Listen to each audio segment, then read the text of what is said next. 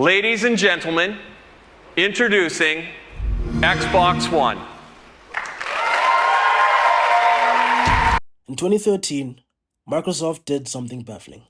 They launched a premier gaming console, the Xbox One, and spent the entire presentation talking about TV. Sports.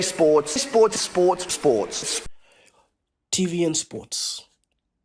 It was a general-purpose media device that happened to play games. We all remember the memes, but the mistakes went deeper than a bad pitch. A $500 price tag, driven by a mandatory Kinect camera, and the expected death of the used game, a digital lock that meant you couldn't trade, share, or resell your discs. This is how you share your games on PS4.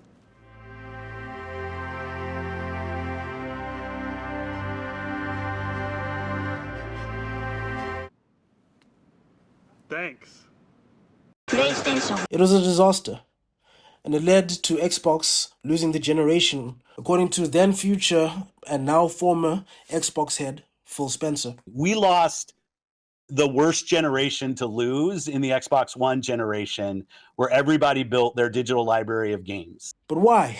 Why did a company as smart as Microsoft make such a fundamentally ungaming decision? Because in 2013, Xbox was being hunted by a shadowy specter, the mobile game. Surprise, motherfucker. To understand the Xbox, you have to understand the early 2010s. Smartphone adoption was exploding. Journalists and business leaders were convinced that if everyone had a gaming device in their pockets, the home console was a dead man walking. Xbox got spooked. They tried to justify the Xbox One by making it everything except just a gaming console. They wanted to compete with your phone by being your TV, your PC, and your gym. They even doubled down on motion controls because they thought that they could catch that lightning in a bottle Wii magic one more time. They made a bet to destroy their own legacy so that they could survive a mobile future. Ultimately, that didn't happen. Mobile didn't replace consoles, at least not yet. Fast forward to today, 2026. Surprise, motherfucker. Looking back, Xbox might not have been wrong. Maybe they were just too early. Today, the console market has stagnated.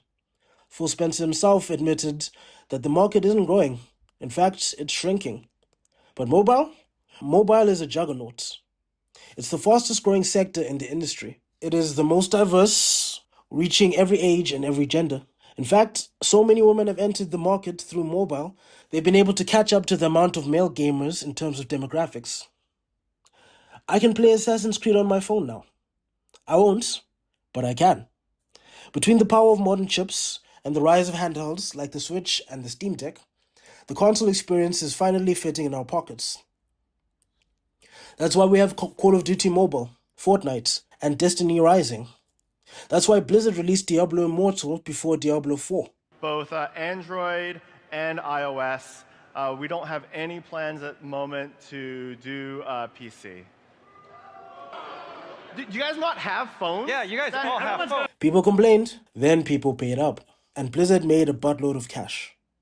The Spectre was finally real. But while Xbox is busy buying Activision Blizzard King, the makers of Candy Crush, to secure their mobile future, another player was quietly building a kingdom. Netflix. Surprise, motherfucker. In 2021, they started adding mobile games to your subscription. No extra cost, no ads, no energy mechanics or pay-to-win friction.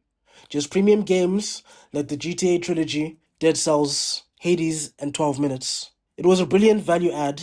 My own mom thanked me the other day. She had been getting into Mahjong on her phone, but was getting annoyed by all the ads that kept on playing. I told her, you have Netflix. Just download their version. No ads, no interruptions.